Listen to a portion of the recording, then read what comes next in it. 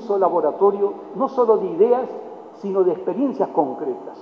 Aquí se han experimentado buena parte de los modelos, comillas, de desarrollo, entendamos lo que queramos entender al respecto, que ya hoy no es necesario esperar el último informe que venga de algún lugar del norte o del este para saber qué pasa en casa, que hoy se está en condiciones, no solamente teóricas, sino sobre todo por experiencia histórica, para caminar sobre los propios pies y pensar con la propia cabeza.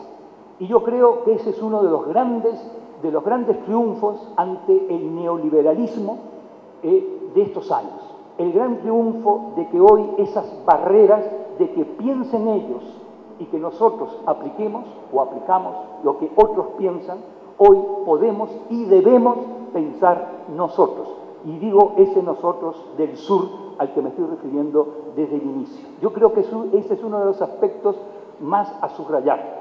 No debemos olvidar que cuando hablamos de marxismo, en América Latina el marxismo llegó muy pronto en el siglo XX y que hubo grandes mentes que no tradujeron al castellano latinoamericano, al español latinoamericano, los textos, sino que los utilizaron como instrumentos para la propia lucha de estos pueblos.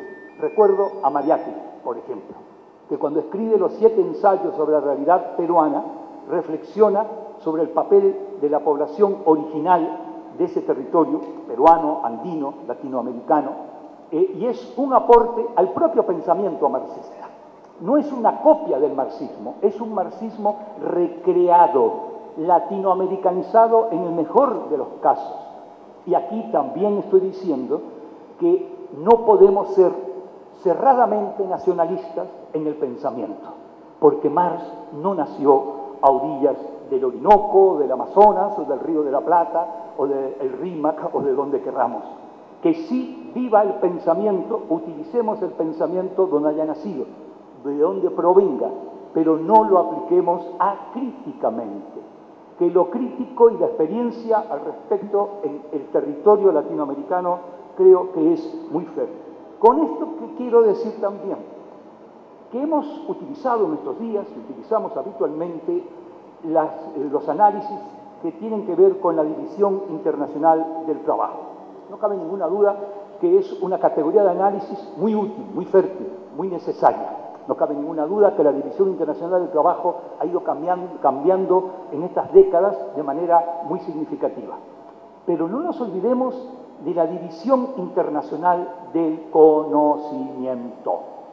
Y en el conocimiento, en esa División Internacional del Conocimiento, es a lo que también me estoy refiriendo cuando hablo de la batalla de las ideas, de las respuestas del sur. No nos olvidemos, con lo que estoy subrayando, que si algunos economistas hablaban de crecimiento hacia afuera, de crecimiento hacia adentro, también de esos economistas, o algunos de estos economistas, hablaban de desarrollo o crecimiento desde dentro.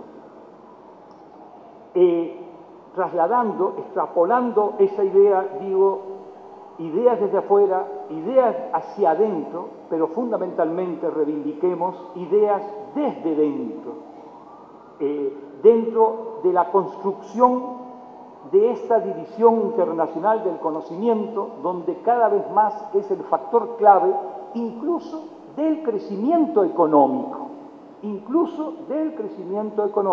lo subrayo, los intangibles, aquí en estos días se ha hablado también de ello, con lo que reivindico la necesidad de darle prioridad desde estas respuestas del sur, no solo al pensamiento, revisando críticamente la propia experiencia de América Latina y el Caribe, sino también intentando construir sistemáticamente recursos humanos, acéptenme con ironía el término, capital humano, acéptenme más todavía, con más ironía en los términos, porque o formamos nuevas generaciones en esa línea, aunque, acéptenme también el término, aunque sea una inversión rentable a medio largo plazo, no inmediatamente, pero la educación sistematizada, organizada, y la educación no solo se debe impartir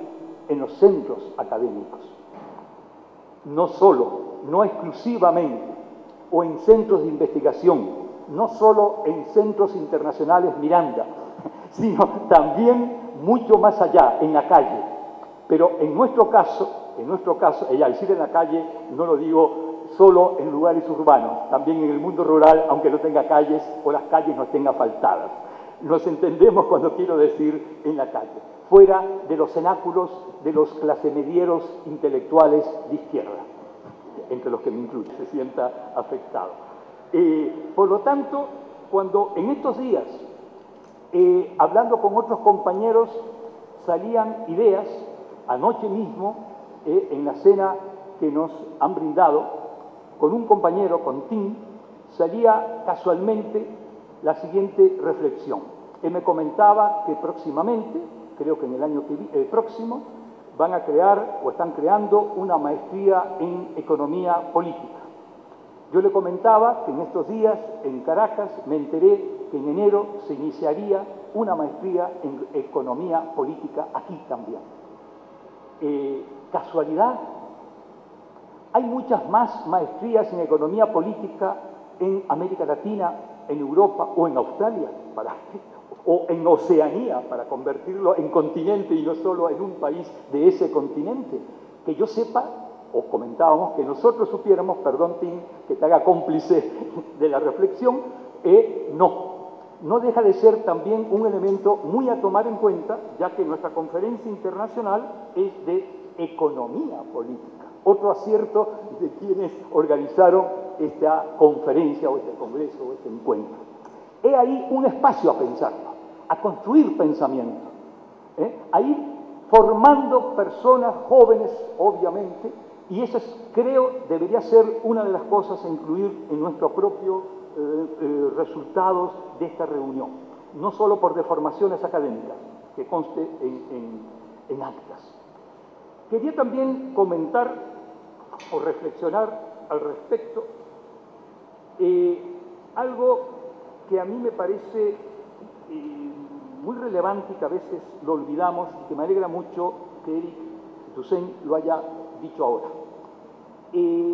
Tomando algo de lo que él dijo y dándole otra formulación o algún otro matiz, cuando hablaba del norte, del sur, etc., es realmente preocupante construir procesos económicos en América Latina donde también se reproducen al interior de América Latina, entre países, en este caso, las relaciones norte-sur.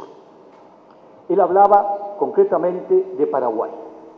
Obviamente, si uno va hoy a Asunción, se encuentra inclusive un libro en circulación que habla del proceso de integración dentro del Mercosur de Paraguay, Brasil y sus socios.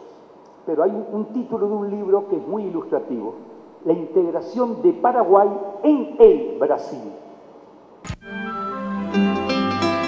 Gobierno Bolivariano.